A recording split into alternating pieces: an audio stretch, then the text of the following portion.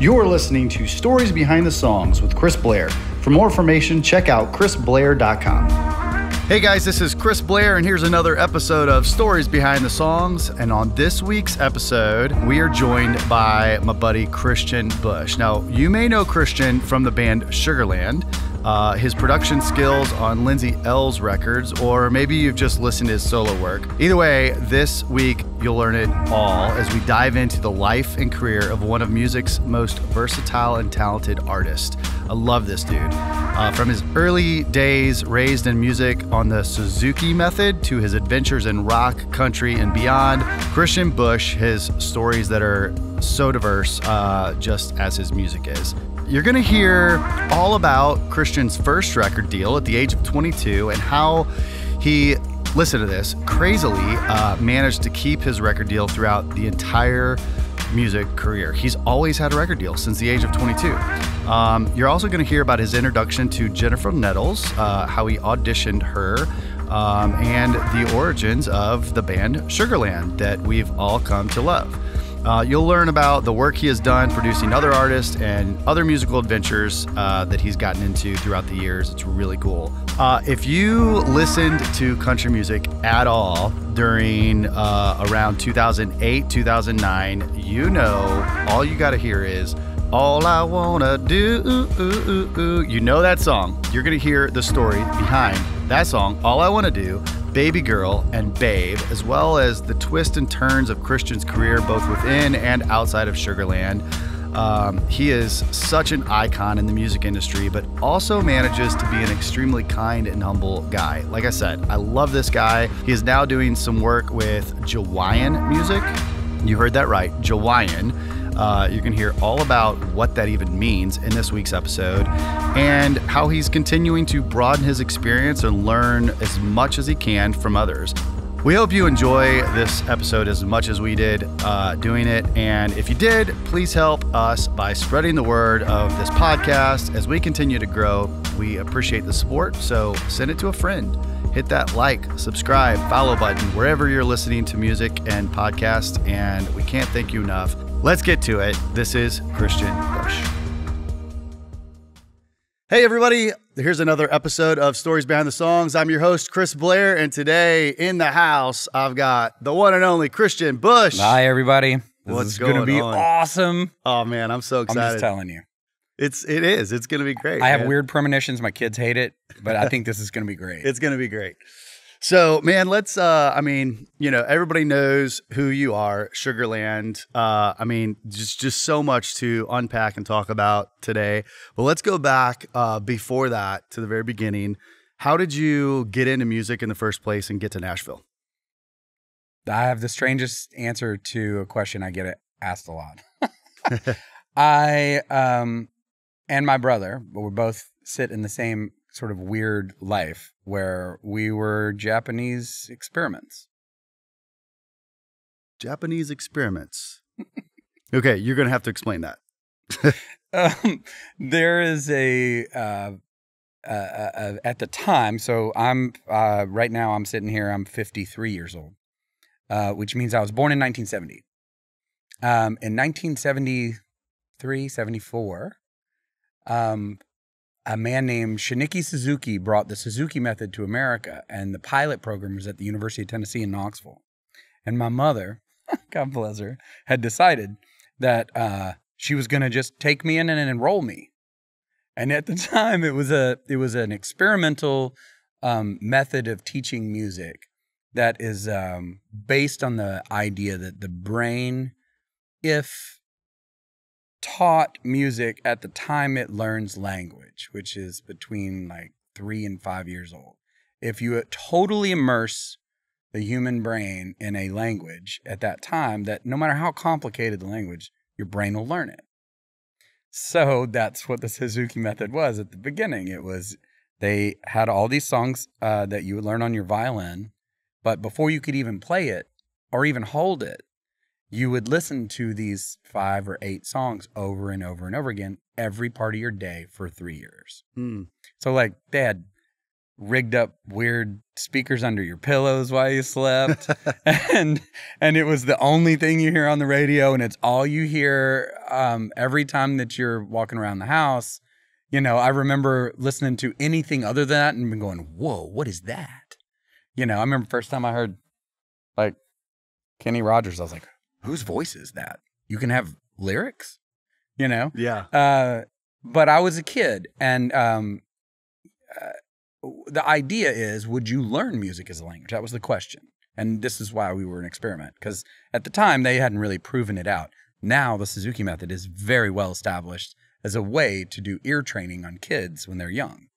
So by the time you can physically move, you know, because you carry on a margarine box for like 10 months under your shoulder. Yeah. And but by the time you can physically make noise and you're like, oh, this is how, what? And then you can like whip out Vivaldi, but it's only because you know what note goes next. And if all you have to do is figure out how to make it make the noise. Yeah. You know which order the noises go in. So that's how I've never had a conscious memory of not being able to play music. Yeah. Wow. That's so, I mean, I guess like, you know, even like today with my kids, you know, I'm singing them songs at the end of the night that my parents sang to me. Right. And it's just like, I guess it's just hardwired. So yeah. I guess that's the same kind of concept, but programming. Yeah. Yeah. You're programming anyone. You know, it's the same thing as computers, you know, put good music in and you'll get good music out. What's weird for me is the idea that I grew up thinking I was playing a violin and wondered what a fiddle was. It seemed like a different thing. And it turns out it's the same instrument. Yeah. It's just a different attitude. So you can imagine as the other kid that made it out of Dolly Parton's hometown. I was a very odd other kid, but I did. And now this is all I do. Yeah. Like I just make stuff up and play music. Yeah. So that's how it started. Okay. So then when did you leave East Tennessee and move to Nashville? So I never moved to Nashville. Okay. So that's kind of fun. Okay. But I left East Tennessee. My family is in the food business, or was in the food business. And there was some like very controversial set of years that are kind of blurry in my brother and I's past. And they sold the company to one side of the family or the other, or whatever. But the family shame of the family business not being there anymore precipitated my brother and I both being shipped off to schools in another state because they were too, I don't know. We're still trying to unpack that. But I ended up, of all things in the world, in Connecticut. And my brother ended up in Massachusetts at a very young age. Like I was 14, 15. He was 11, 12. And so we left home. And I went through part of high school up there. It was like a boarding school, like legitimately stuff you read about in a book or see on a TV, like a movie or something. Yeah. That looked like Hogwarts, you know. And then I came to Atlanta, back to the South to go to college. I went to Emory University in Atlanta. And from there, I got a record deal in New York and with my rock band. And that's how I made it back down here, and then didn't actually come back to Nashville until I started the country band 10 years later. Wow. And when I did that, I had to start coming up here. And until, I don't know, 8 or 10 years ago, I stayed in hotels. So I didn't really live here. Wow. So I bought a little place, and now I just drive back and forth between Atlanta and Nashville. So I guess technically I live here and I live in Atlanta. Yeah. I did not know that about you. I mean, we were talking before this. It's been several years since we've seen each other. I know. But I went to the wrong place because you are like a successful entrepreneur as well as being an awesome person. Thank you. But yeah, like, you know, back in the day when I'd see you quite a bit, like I never knew that like that was the case. So I'm learning something right now. So that's awesome. So let's talk about like, what came first for you? Was it more of like the instruments because of like the hardwire and then lyrics, or was it like all together when you started writing songs? It was actually, I think, a function of I was listening at some point, my family, I was listening to the radio, and I was maybe early middle school, so maybe 5th grade, 6th grade. Yeah. And I remember listening and thinking, man, how did they make that sound? Like, how did they, like, I loved all sorts of strange, like, when you're from East Tennessee and you hear something like The Clash or Adam and the Ants or any of this kind of like strange new wave stuff that was first wave stuff coming out of UK, or even REM was like when the first time I heard it, I was like, wait, what? You can sing 2 lyrics on top of each? Like, I didn't understand other than 70s, FM radio, what I was listening to, or bluegrass. That was it. That's all I'd been exposed to. And then like crap tons of classical music. Yeah. So I remember I had to go to a new school. So my family was moving out of Sevierville and into Knoxville. And all those kids were very different. They were very wealthy. They were sending me to a private school. I didn't know you had to have like a certain kind of shirt that had like an animal or something on it. Like, I didn't know the structure of what was happening because we lived in a different place. Yeah. And so I had to learn it real fast. And when I did, carrying my violin to school in this new school was I was getting made fun of a lot. And, I can take it, most of it, but it really hurt my feelings. And I was, instead of getting like mad or retreating, I was like, how can I pivot? Yeah. How can I make the back of the bus, like sitting in the front of the bus, how can I get these people off my back, but also maybe I can use it like Kung Fu, like somebody's coming at you, use that momentum. Yeah. So I begged my mother. I said, please, can I quit playing violin? She's like, no, you were so good at this and you started and I invested and all this stuff. And I was like, well, look, what will it take for me to play guitar? Because I think I might be able to get like a girl to look at me. And she was like, all right, I'll make you a deal. And she knew that I couldn't read music because early on in Suzuki, at the time, they didn't teach you to do that. Later, now they do. Yeah. And even 5 years later, they did. So I made a deal with her. She said, look, if you'll play in the youth symphony here in Knoxville for a season, I'll let you quit playing violin. And I was like, boy, you know how to really twist that screw, don't you? Because I can't read a single thing. And the way those things work is you come in and rehearse on a Wednesday and perform on Saturday for a whole season. And I can't even read the music that's going on. Yeah. So I took the Walkmans had just started with a record button. Yep. So I begged for one of those for a birthday. And this was my calculation. I went in and I would fake rehearsals on Wednesday at the little place and record the dude next to me and take it home and learn it by ear and play it by Saturday. And I did it enough times that she let me out. And I got a guitar, and it was a slippery slope. It was within a couple of months when I was 13 that I was like, oh, this is how you play this Van Halen song, or this is how you play this REM song. Because I could figure it out by ear. But what I couldn't understand is how they came up with the lyrics. Like, who does that? Mm-hmm. And of course, I thought every band did that themselves. Right. I didn't know there were 2 jobs until literally like 20 years ago. So I wrote lyrics to just try to sound like I was on the radio. That was it. Yeah. And then I started bands because I wanted to find a way to get on the radio. It had nothing to do with something inside of me that was a voice that needed to get out.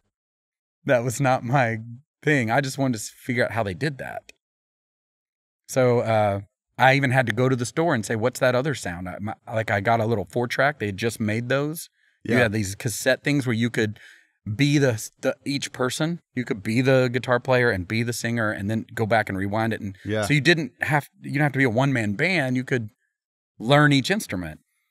And my brother and I divided the instruments up. And still to this day.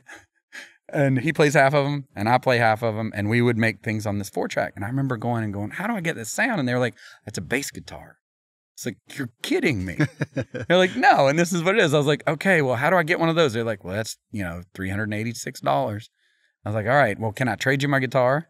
So I would play the guitar parts and go trade it in for a No bass way. and come back and play the bass parts and then trade the bass back for my guitar. And I'm sure these guys at Pick and Grin in Knoxville were like eye rolling. Yeah. Like, okay, buddy, we got you.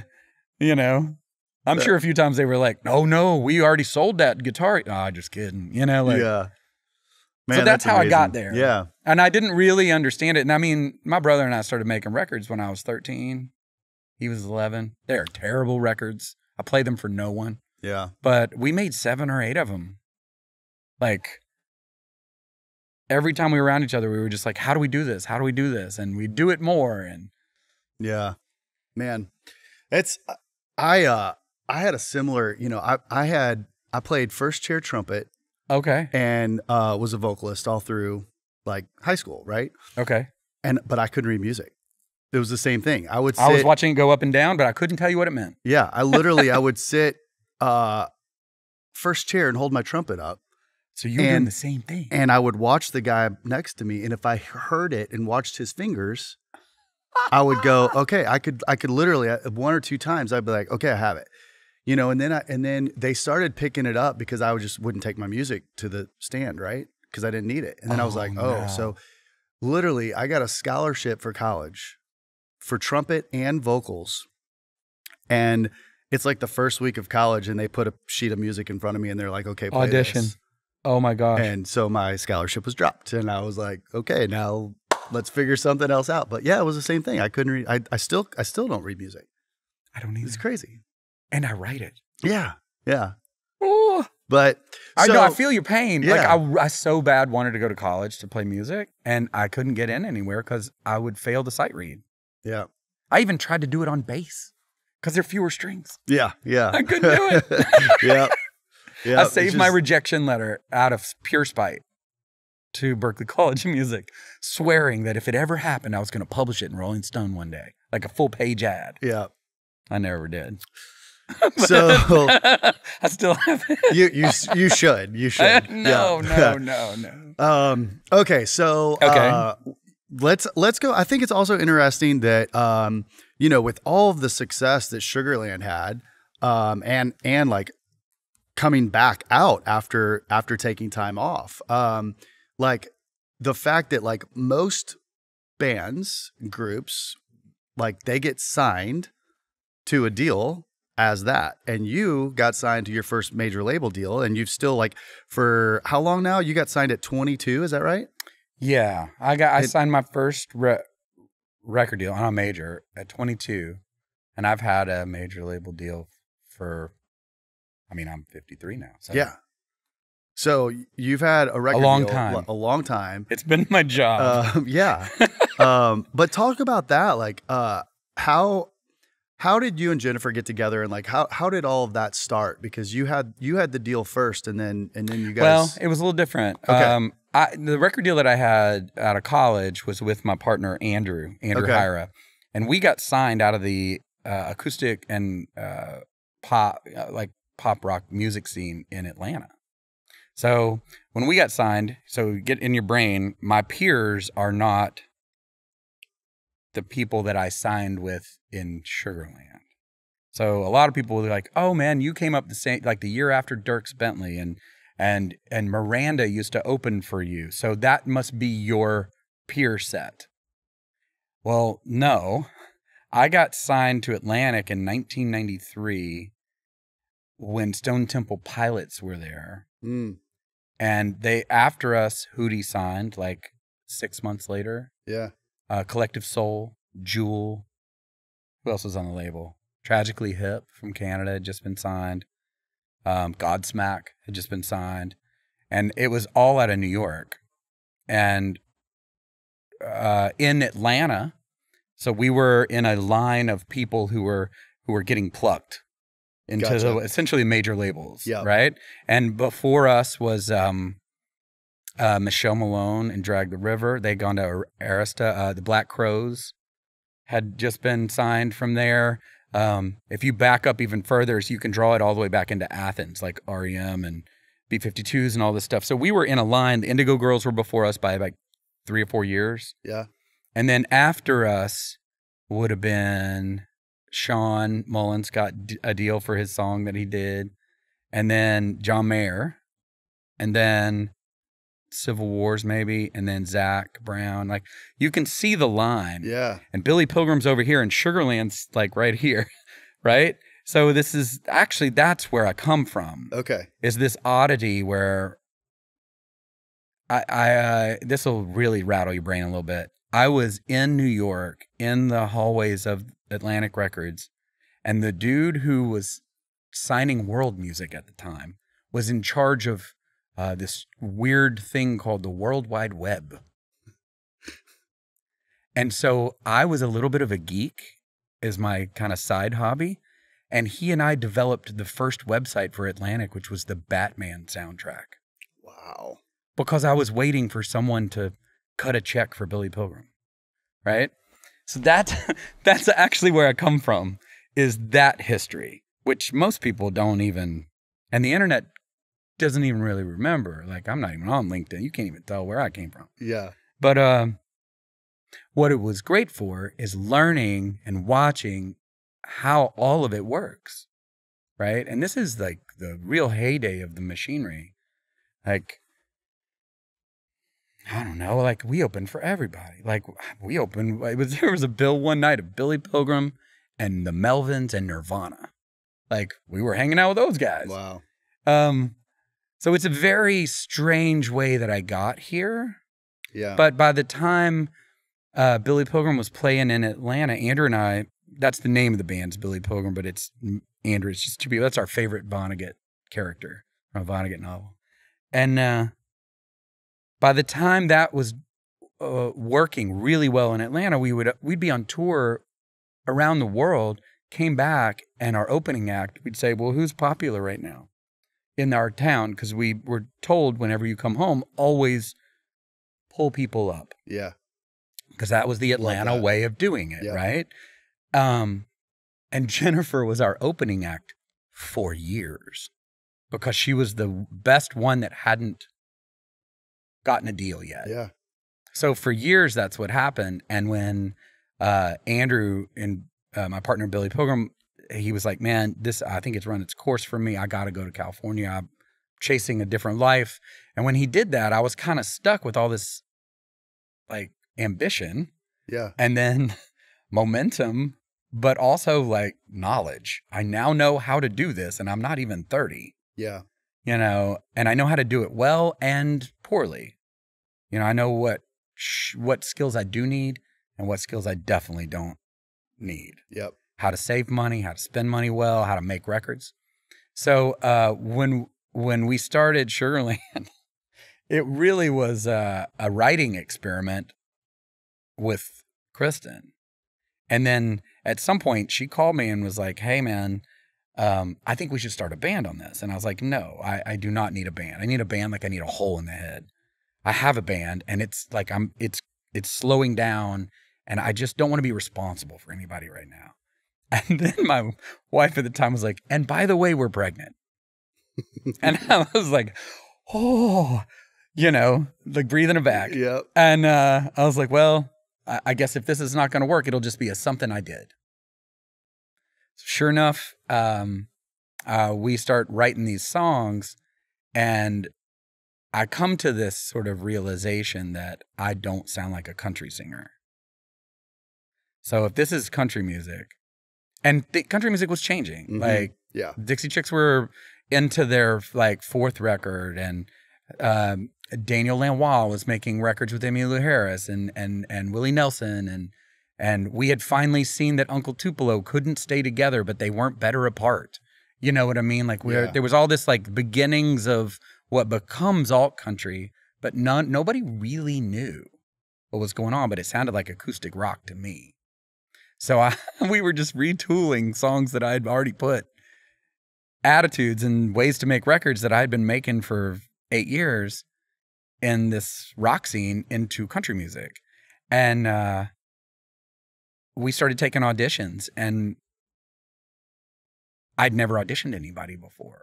I'd only gotten into bands with people that I was like, man, you're awesome. You want to make a band? Right. Yeah. You know, that was it. And when we started auditioning people, every person in the audition system you can see on the first Sugarland record. So if you come in and sing a song, and then we write a song together because we wanted something that it was a creative collaboration. Mm-hmm. And so there are 3 or 4 songs on that first Sugarland record, and you'll see that Jennifer's name's not on them because those are the people who auditioned. Wow. And they've all become artists now, you know? Yeah. But they still get paid, you know, for that first Sugarland record. It was a whole bunch of people going for an idea. Right. And 4th or 5th audition was Jennifer, and I didn't think she's going to do it. She was having a fine time on her own, but she sounded great when there's a song I wrote called Sugarland. I'm like, oh man, is it wrong if we name the band this too? And she came in and sang it, and she got to the bridge, and I'll never forget, like the hair on my arm was like, whoo. Yeah. I was like, all right, well, let's write a song together. And the first one was Not As Good. And the second one was Baby Girl. Mm. And then I was like, well, if you want to do this, it's a lot of crying in a pillow, but it's a pretty cool job. Yeah. I don't think she believed me at first, but as it went on, it worked out. So that's how we met. Okay. So then how quickly, from that point did everything happen? Pretty quickly. Because I already knew how to make records. Yeah. And I already knew how to get a record deal. Yep. And I already had all the structure in place. I had a business manager. I had all the stuff I needed. I knew when not to get a bus and when to get a bus. You know, like that was probably 2000 year. Tucker was born in May of 2002. It took about a year to get the deal. Okay. But we had to write the rest of the songs, and then we recorded an album in Atlanta. And we're just kind of selling it from the stage. And we couldn't get anybody to come see us, even though Nashville's only like 3.5 hours away, right? So I had gotten my record deal with Billy Pilgrim on a showcase from 12th and Porter. Yep.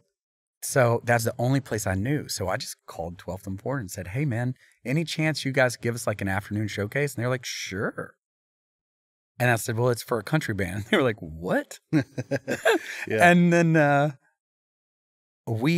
I was wigged out because, those kinds of things are really terrible to perform in. Yeah. So we rented and chartered a bus, like a Greyhound, and sold tickets to our fans for the bus.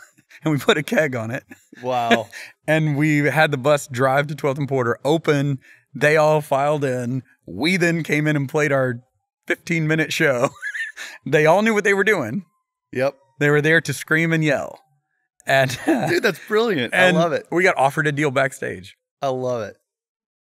That's great. I mean, it's kind of nutty, but it was a nutty thing if they're not going to come to you, go to them. Yeah. I mean, and thinking outside of the box. I mean, just like, yeah. It's kind of nutty, but that whole thing was just a big old dream to see if it would work. And then when it started to work, I already had muscles to know what to do. Right. Almost in any situation. Like a lot of the people who played in our original band, or even now, today, were people I just pulled from my Billy Pilgrim world. Like Travis, who drums now, was drumming for Billy Pilgrim back in the day. Yeah. And he went to Better Than Ezra for a while and then came back. And my brother, same thing. He went and played with Train for a while and came back. And yeah. It's pretty cool. That's awesome. So you wrote everything for Sugarland. What's, talking about stories behind the songs, what's your favorite story of the creation of one of your songs? A song? That's probably 2 or 3 that are fun to talk about. One of them is at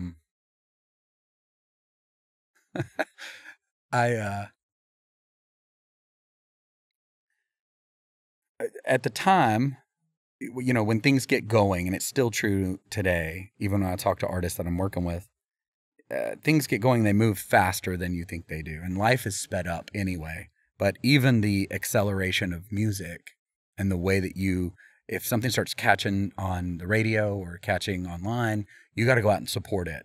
And so you are we call it involuntary travel. Like travel you're not choosing. It's travel you must do to do the job, but it is happening to you. You are not excitedly planning it, right? Mm-hmm. And at the time, I had 2 children and they were young, and like I hadn't even stopped long enough to realize what was happening. But every Sunday I was home, and every Wednesday I left from Atlanta. So I had a couple of days, and when I get home, I was constantly mesmerized by my second child, my daughter. She was just this magical little creature, and she weirdly looked like me, and we kind of were both quiet at the same time and happy at the same time. I was like, are you like a me? You know? So it was very typical at the time that I'd come home and Jill would just like shove the kids at me and leave for a number of days because she'd been overwhelmed. Right. And Camille and I were sitting, and it was kind of like this. There was like a little coffee table, and the house was tiny. I hadn't really figured out that I had money yet. And she was just like holding on to the coffee table, and she would just bounce. And I was like, well, that's cool. And then I would just take video of her doing that and then come back on the bus and torture people by making them watch it. Yeah. And one day I was doing that, and I was playing, like, I was trying to make her dance. And this is all I was like, ooh, ooh, ooh, ooh, ooh, ooh, ooh, ooh, ooh, ooh. And she would just bounce and be like, Daddy, keep playing it. So I take the video, and I'm torturing Nettles on the bus. And we have just asked back this guy who was an artist when on our first record that Jennifer had really like said, Kristian, man, you're going to love this dude. He's opening for us. We're in San Diego or something at like a wine festival or a pie festival or a barbecue or whatever we were playing. Yeah. And he was opening for us, and it was Bobby Penson. Oh, man. And we had met him, and I had liked him, and we had asked him to come to Atlanta and write a song with us, even as an artist, because we thought, well, that was probably smarter than asking a writer, because we didn't really know any writers. And he came to Atlanta, and we wrote Want To together. And so Bobby had been bothering me since he had had a #1 with us, and that was our first one as well, to come back out and write some more on this next record, because he was maybe decided he didn't want to be an artist anymore. So maybe this was his job, and we might have been the gateway drug, to get him into this job. So he's like, man, hook me up. I was like, well, you can come out on the bus, but when we're home, we're not writing. We are trying to recover from what's happened, the whiplash that's happening. And he came out on the bus, and I think that was the week, maybe the only week he came out. I can't even remember. But I was just torturing Nettles in the afternoon with this video. I'm like, don't you see? And she's like, yeah, it's so cute. And then I kind of see her smile go away, like, okay. I was rewinding it. And we had just gotten to the point where the bus, there's the kind that you have like a doorknob, like a regular doorknob, and then it gets fancier. It's like Star Trek. It's like chickens gets. Yep. We just got one of those buses, and she was like, "I'm taking a nap," and she went back taking a nap. And you hear the bus door like, and like 2 or 3 minutes later, I'm sitting up there trying to like shoot the shit with Bobby, and it's back up. She's like, "Damn you, Kristian Bush!" And so we wrote that song right then. Simply based on that. So and I try to use that as an example for people that are interested in writing music, especially in Nashville. Quit thinking it's about the word. There's a whole part of music that is just about the melody that we forget a lot. Yeah. Because the other 2 pieces of that triangle or weird, a 3-legged table, right? Any 2 of the 3, the song will work. If you have all 3, man, you can never put it down. Yeah. But it's the rhythm and the melody and the lyric. And if you can get that, most people just forget about the melody part. We keep reusing the other dude's melodies that we're programming in our heads. And there's fewer and fewer of them that we use nowadays. But at the time, that's all that was. We had to figure out, we had to back into it. And, you know, it's like all good songs. It's about sex. So, yeah. Man, what a great story. Okay. So I want to get into, you know, some other things. So let's whatever you want. We're going to jump around a little bit. I've got to hear, I know part of this, but I want everybody else to hear the story. So like you kind of hinted at it earlier that your family is in the food business. That's right. So let's get it out on the table. Sure. Bush's Baked Beans. Yes, Bush's Beans. So I grew up, my granddaddy's Jack Tucker Bush. My dad is Jack Coben Bush. And technically I would have been Jack Turner Bush if my mother had not hard left in 1970 and called me Kristian with a K. Thanks, Mom. Frickin' carrying that around. They owned Bush Brothers along with other people in their family. And we were a very small family. So my granddaddy didn't have any brothers or sisters. So it keeps getting inherited down in a very small space. And the other part of the family has lots of brothers and sisters. So it was all spread out. Yep. So until I was about 11, I was supposed to run a cannery because I'm the oldest. Yeah. So I know every line. I knew every machine that puts labels on this, that retorts beans this way. Yeah. I knew the truck drivers. Like, I knew everything. Granddaddy would carry me around. I was the proud grandchild, right? Yeah. And it's like a 3-way stop outside of Sevierville. So it's even more remote than a Dollywood. Like, it's way up in the corners. Yeah.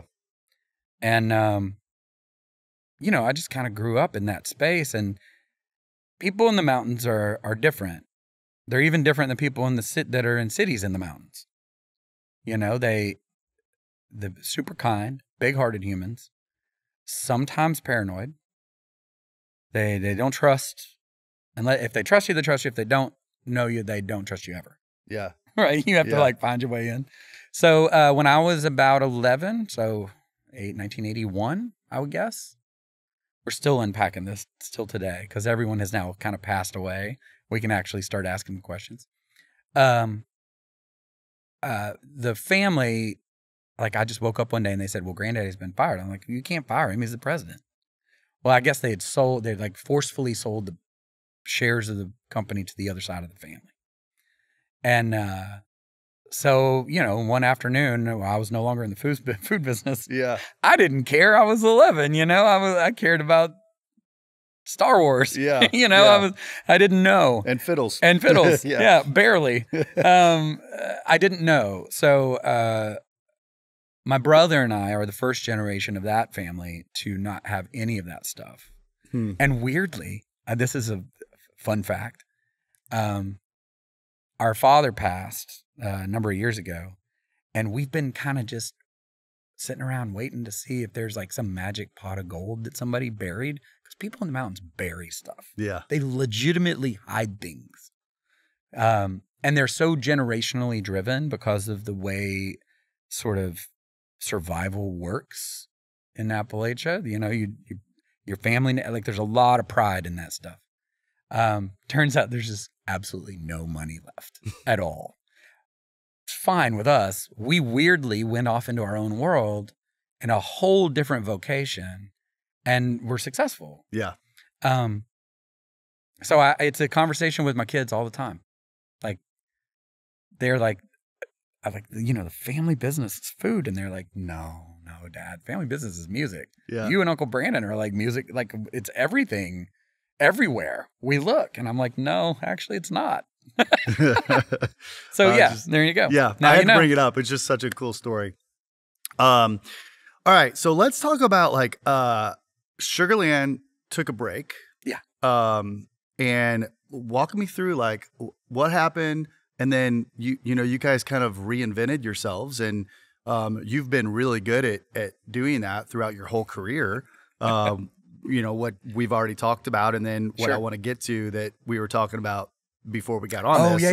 Yeah. Okay. But I'll condense it. Yeah, but just like walk through that stage of like what happened, and then deciding to come back out. Sure.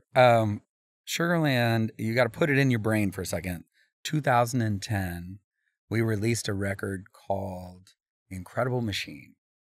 And it was record number 4, maybe, or 5 for us. And each record had been selling more and more and more and more. While at the same time, between 2003 and 2010, the record business had been just like subtracting the number of even albums they manufactured because iTunes had been invented. Right. So people were now downloading things. We're not even to streaming yet. Like, it hadn't even started. Yeah. So everyone's panicking, and all of our friends that are getting record deals are getting 360 deals, where the record company participates in your ticket sales and your T-shirt sales and all this stuff. And we didn't, because our record deal was earlier in time. So the business is failing and declining at like 30 to 50% a year, to where what they made in 2008, by the time they're in 2010, they make 150% less than they made. Yeah. Which is insane. Yeah. If you think about what it was, a panic if you were in that business, what that was. But for musicians, for us, we were in this weird upward movement because we kept selling more and more tickets, and more people were being pulled into country music that maybe didn't think that they loved country music. Mm-hmm. And somewhere between us and Taylor and a couple other acts at that time, we were like the gateway drug for a lot of people in America that were like, man, I like all kinds of music except country music. You know, there were those people that were like, live and die Pearl Jam. Yeah. And they were slowly softening their hearts to these stories and these melodies and these songs as Sugarland became more and more popular. And we were trying to kind of marry that. We were at the top of our thing, and I'd been warned by a lot of people, man, when you're the one that's pulling the chain at the label, the pressure increases. When we got there, Shania Twain was pulling the chain. She was the one that was selling so many records that no matter what, no matter how successful you were not important, because she's that much more successful. Yeah. Well, I happened to have signed my record deal in 1993 or 4 when Hootie signed.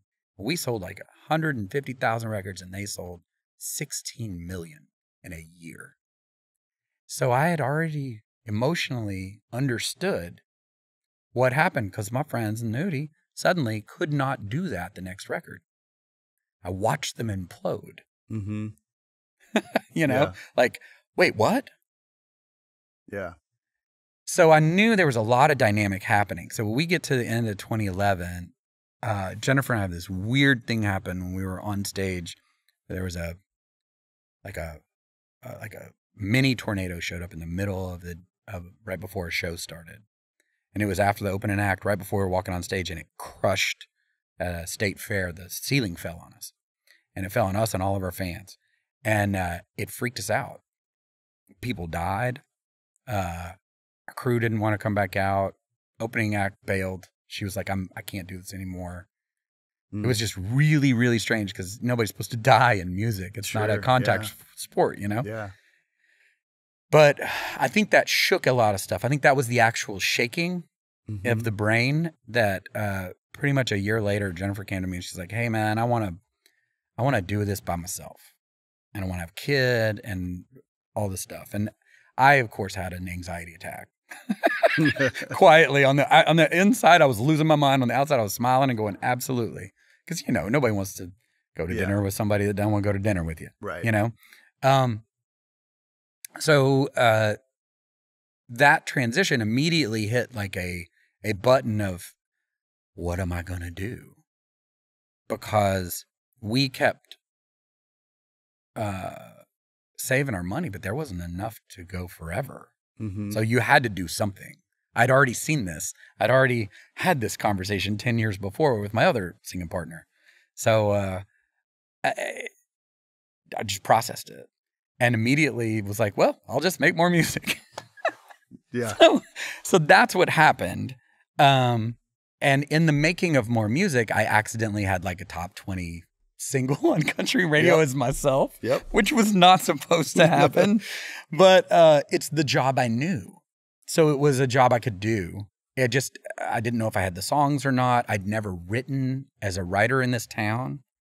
So I went sort of hat in hand everywhere thinking, what if all this success had me surrounded by yes people? What if my songs actually kind of sucked and I was just rolling on the momentum of the band? What if I wasn't getting better? So I went experimenting.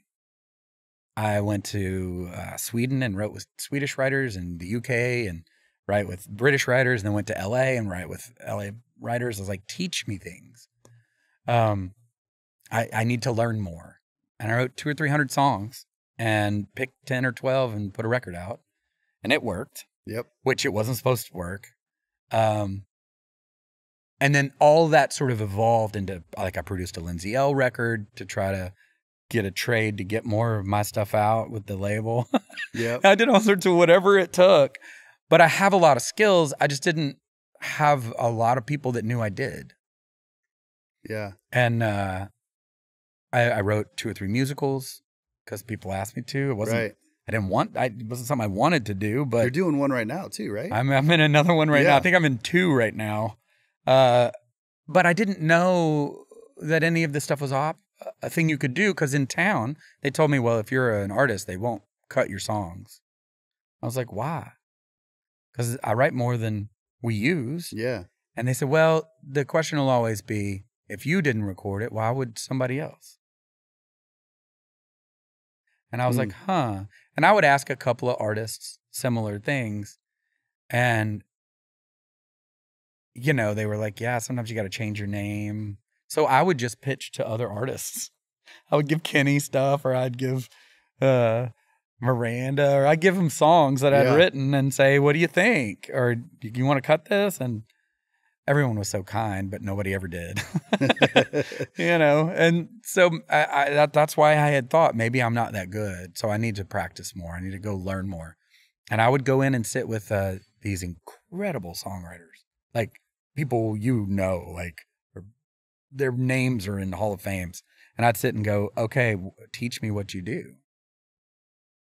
You know? And they'd be like, well, what are you talking about, man? You succeeded. You know what you're doing. I'm like, there's a chance I don't. Yeah.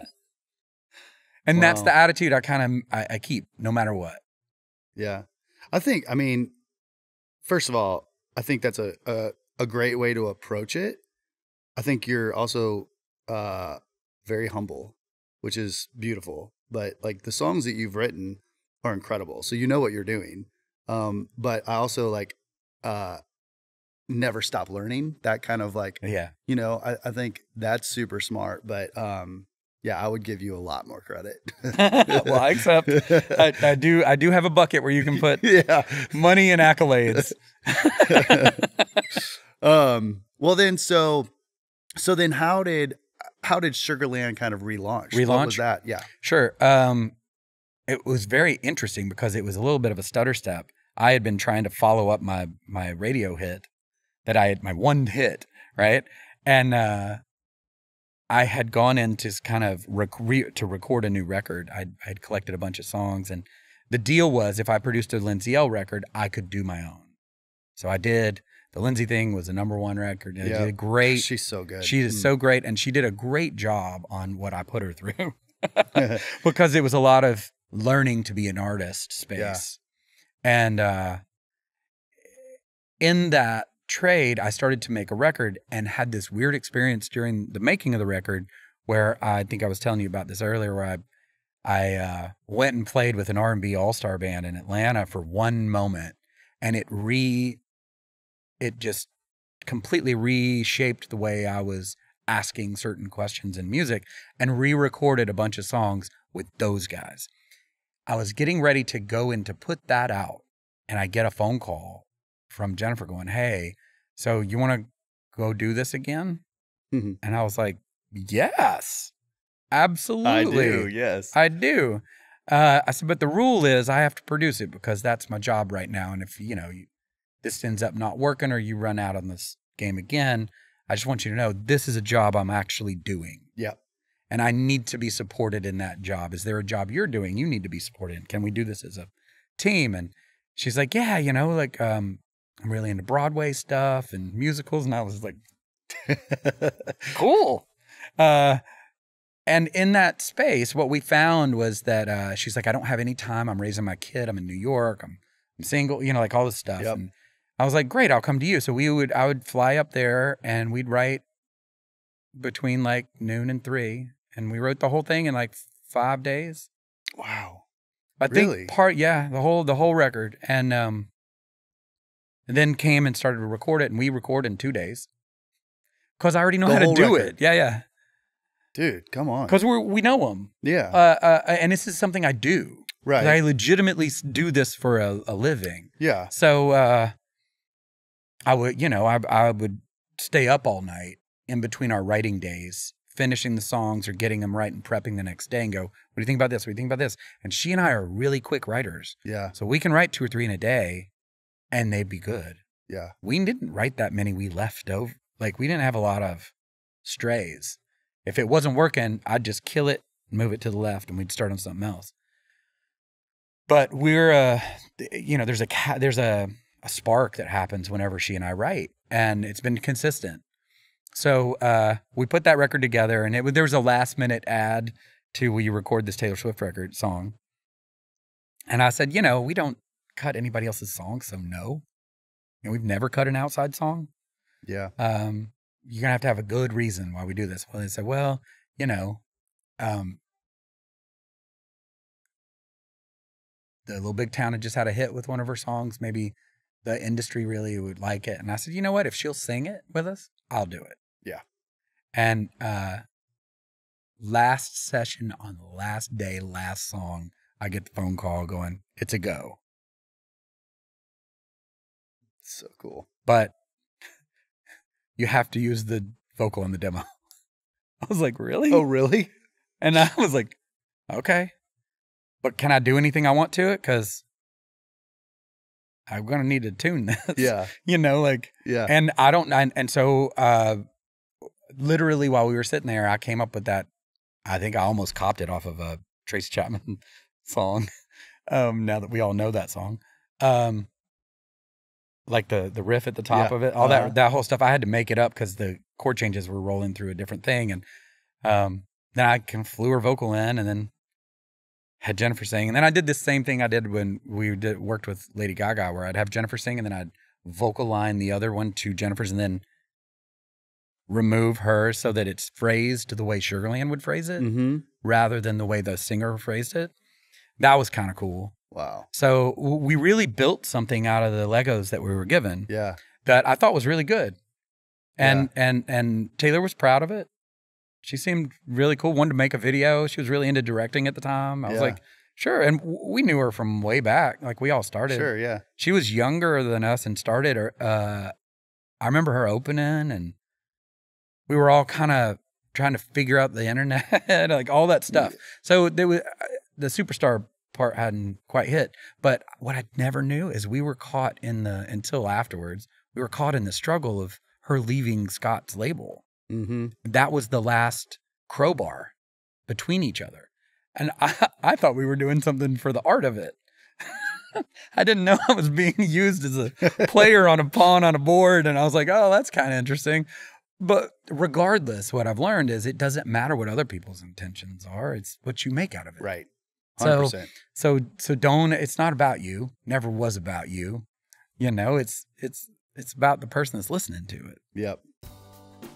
This episode is brought to you by Sennheiser microphones. When we first started this podcast, we were using some older microphones and Sennheiser came in and sponsored us and gave us some MK4s and 914s.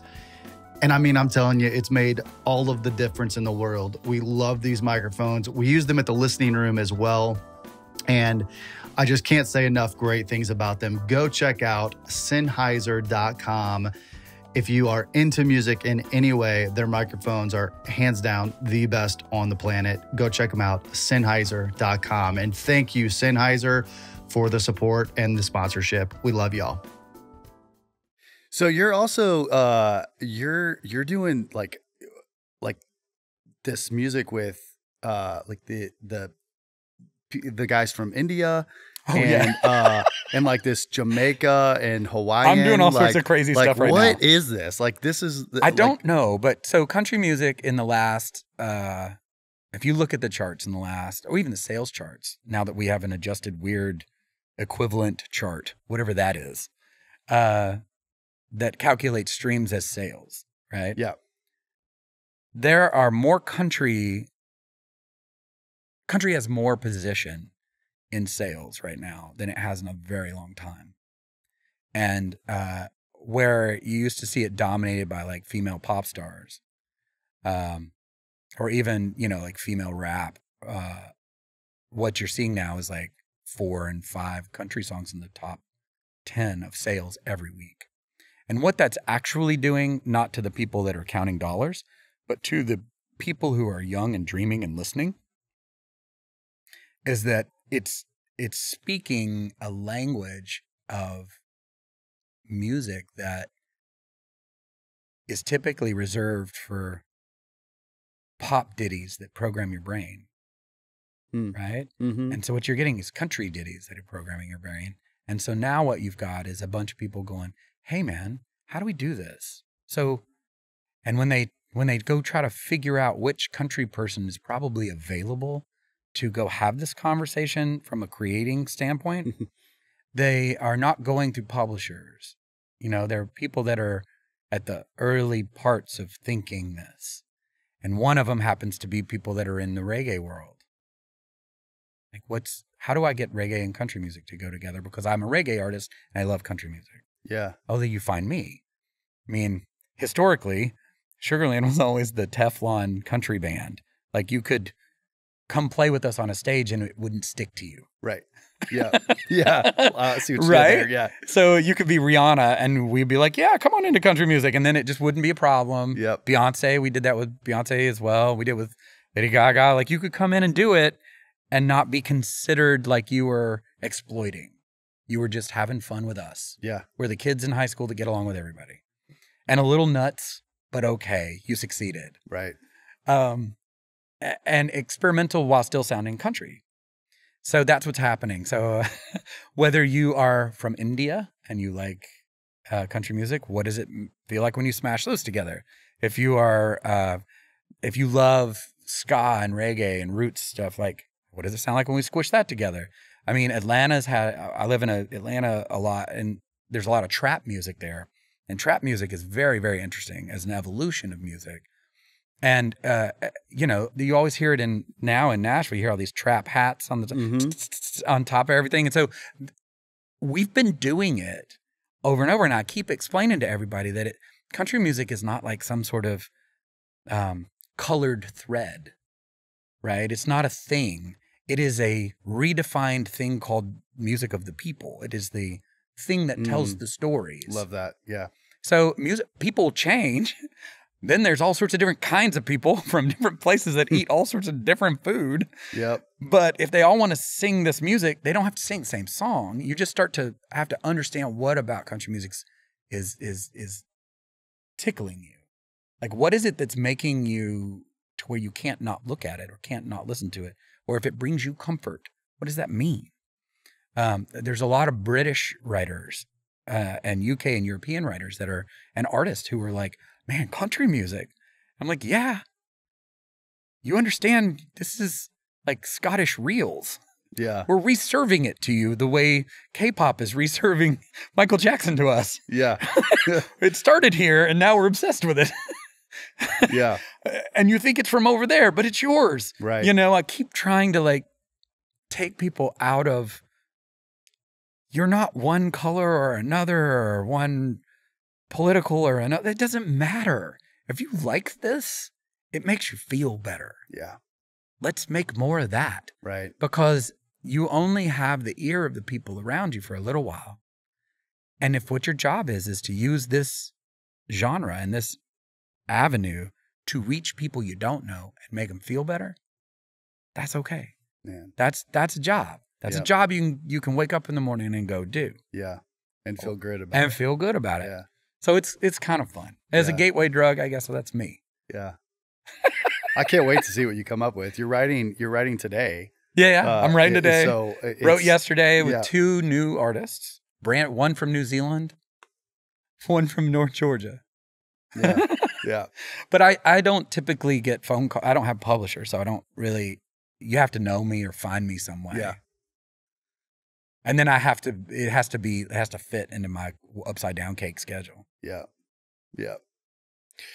Well, man, this has been so fun. I've got a couple more questions before we wrap up. So, what would you say, out of everything that you've done, what would you say your favorite song is? And do you want to play anything? Well, I'll play you a song. Of all the things I've done, what is my favorite? Well, that changes. Usually the fresh baked cookies are the most interesting. You know, like I just want to eat like warm cookies. I'd say, we were talking about this a little earlier. One of the most interesting experiences that I've had is in the last year, I released 52 songs over 4 albums in a year. Yeah. So kind of got this crazy idea that I didn't know how old anybody was in country music anymore. And COVID happened when I turned 50. Like and I didn't have any birthday parties or anything because we were all locked up. So I was like, well, maybe I didn't turn 50. You know, like maybe those didn't happen. Time stopped. All the Grammys during COVID were just like 0. Yep. So I decided I wanted to put all this music out on my 52nd birthday. I'm going to call it 52. And I was wondering if people were yesing me. Scott ended up putting it out on Big Machine. And every 3 months, I dropped an entire new album. But the first of those 4 was that R&B experiment that I had. That is my second solo record. And I still listen to it, and I am shocked at what it sounds like. So if the last song on that record, literally it feels like Earth, Wind, and Fire has just parachuted into a country song. It is amazing. Yeah. And you just want to like put it on. And it's the kind of thing where after they played it down twice, and they had Aretha Franklin's horn section come in and do all this arrangements. And they don't write any of it down. They play it slowly and then speed it up and then say hit record. And then they stop and then they write the next section. So it's never linear. I mean, it's never repetitive. So there's no such thing as a cut and a paste in this world. Yeah. The next one has to be different than the previous one, because why would you be listening to it if it was the same? So right? Yeah. So when you go listen to this stuff, boom. So there are probably 2 songs on that record I think are my favorite recordings I've done in a very long time. And I think it's because I don't know what's happening. Yeah.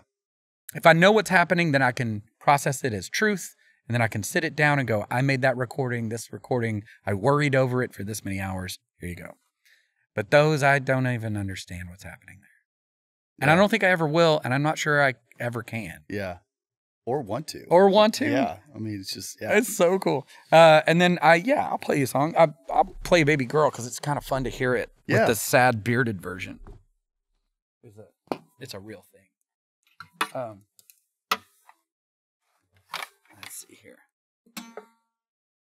This is the key I played in.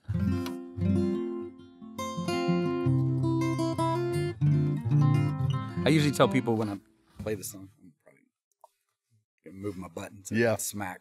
But that most people, almost nobody, that sits in their car and is like, "Hey man, turn that up. That's my favorite singer." They just like never say that. They always say, "Turn that up. That's my favorite song." And it's long before most songs happen, especially when you start a band. And weirdly, I've done it 4 times now. I've started a band from scratch. Yeah. The first song they know from you, they don't know you. Right. You're like, who was that? I've had more people say, "Man, I remember hearing Baby Girl," and calling the radio station going, "Was that a new Terry Clark song or was that a new whatever?" And they're like, "No, it's a band called Sugarland." And they're like, "What?" So the first song of any band has to be intoxicating, has to be really something that grabs you. Yeah. But it also is the belief structure of the band. You know, like you put out, I tell new artists now, you put out 2, 3, 4 songs. You want them all to be pointing the same direction. They don't have to tell the same story, but they have to live not in just in the same Marvel universe, but in the same movie. Yeah. Yeah. Because nobody knows you and they actually don't care. Yeah. But they care about that song. Could have made them feel something about their own life. Right. Right. So when we wrote this song, it was an audition song, right? We were auditioning. Yep. And the only thing we really all had in common was that we had called our parents at some point in our lives and said, "Hey, you know, Mom, I'm going to be a musician." He's like, "Crickets." Right? And can you please send me some money? Yeah. I know I'll pay you back.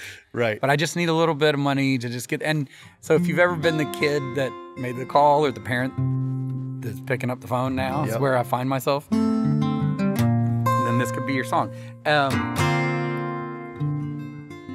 This was like and remember, nobody knew the band. Nobody knew anything. We hadn't even told anybody. Yeah.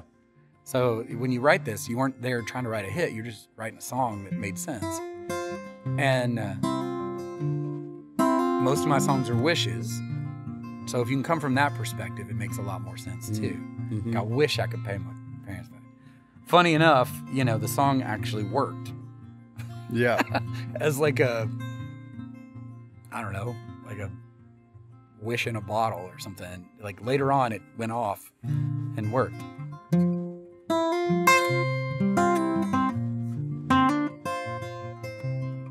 They say this town, stars stay up all night.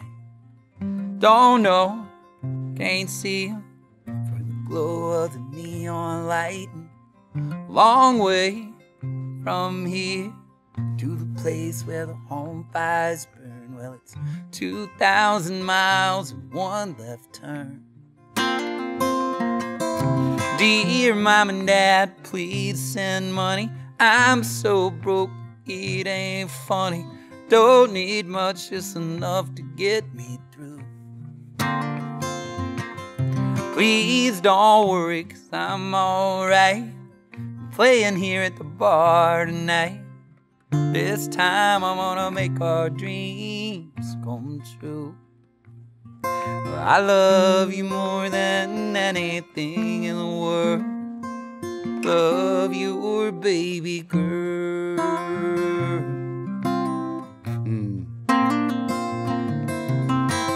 Black tile, blue sky, big town full of little white lies. Everybody's your friend, you can never be sure. They promise fancy cars and diamond rings, and all sorts of shiny things. Girl, you'll remember what your needs are for.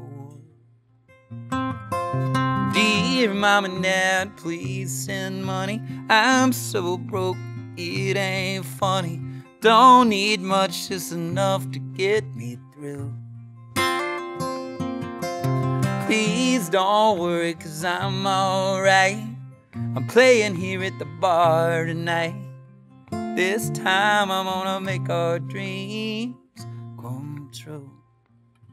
'Cause I love you more than anything in the world. Love your baby girl. I know that I'm on my way.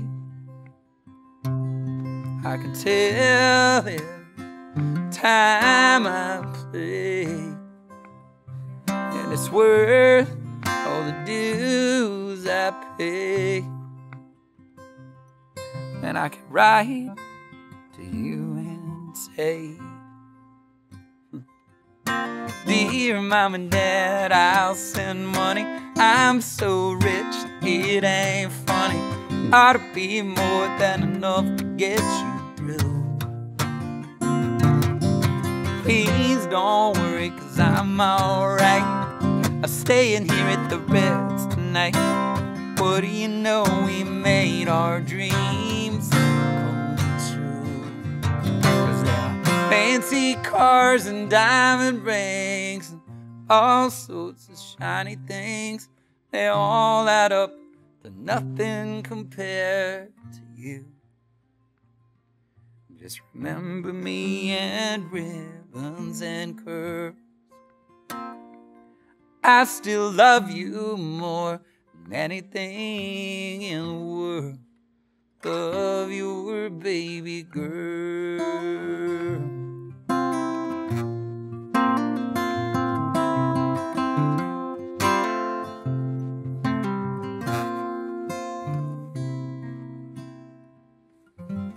Come on, man. Right? I love it. So good. So good. I was just like taken back in time. Like just, yeah. That's great, man. Yeah, I love what songs do. Yeah. Well, man, as we wrap up, thanks again for being here. It's so great to see you again, too. It's great to see you. And I love all of this multiple versions of you that you're doing. Yeah. Yeah. I get it. Yeah. I understand this. All right. So, final question. Yes. Everything that you've gone through, all the reinventions, the beautiful musical journey. If you go back to 8-year-old Kristian, what advice do you give yourself today?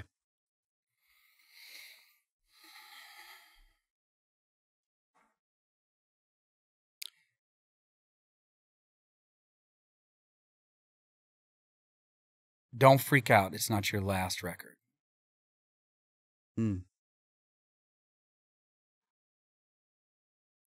Just try not to freak out when things fall apart. I probably stressed myself way more than I should have. But maybe it's just that. Maybe it's just like, hey, because I remember treating those early records, almost all of them, like, I'm only going to get this, so I'm going to give it everything I've got. And if it doesn't work out, you can make another one. Yeah. You know? And I just didn't know that was true. I thought that these were very rarefied moments where you got to do this. And it turns out you can just decide. And it took a long time to figure that out. So I'd tell 8-year-old me to continue to have fun. Dude, you've already got it. Yeah. But this is not your last one. So every time you do something, remember you're doing it to do it again. You're not doing it and that's it. Yeah. It's like, this is not the last girl you'll ever kiss when she breaks your heart and you're not going to kiss anyone else forever. That's not true. Yeah. I love it. Yeah, if you want to, you can put 52 songs out in 52 weeks. Trust me, man. You can do a whole lot more than you think you can. Yeah. You just got to give yourself permission to do it. I love it. Well, man, thanks again. So much fun. My joy. My joy. I can't wait to see what happens with some of these mashups and have you back and just talk about we should do that at some point. Yeah. I'll catch you up on which ones work. Yeah. You can also just apparently watch the internet. Yeah. I mean, there is that World Wide Web thing that we have. You type my name in, and I'm like a Netflix show that you just discovered, and you're like, wait a minute, and you hit the drop down, and you're like, there are 9 previous seasons? That's me. Yeah. That's my whole life right there. I love it. Oh, well, thank you guys so much for listening. This has been another episode of Stories Behind the Songs. You've been listening to Kristian Bush, and we will see you next time.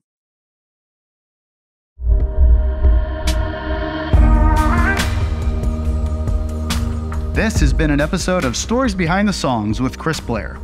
For more information after the show, head over to chrisblair.com. That's where you can find information on these episodes, trailer notes, video links, all kinds of great stuff. Also, make sure to leave us a great rating on iTunes, like and follow us on Spotify, YouTube, wherever you listen to podcasts. Leave us a comment, let us know what you think. I really hope that you think this show is awesome, and we really appreciate the love and support. I promise to keep gathering great content and continuing to sit down with more amazing songwriters and artists as we grow. Thanks so much for listening. Thanks for the support. We'll see you next time.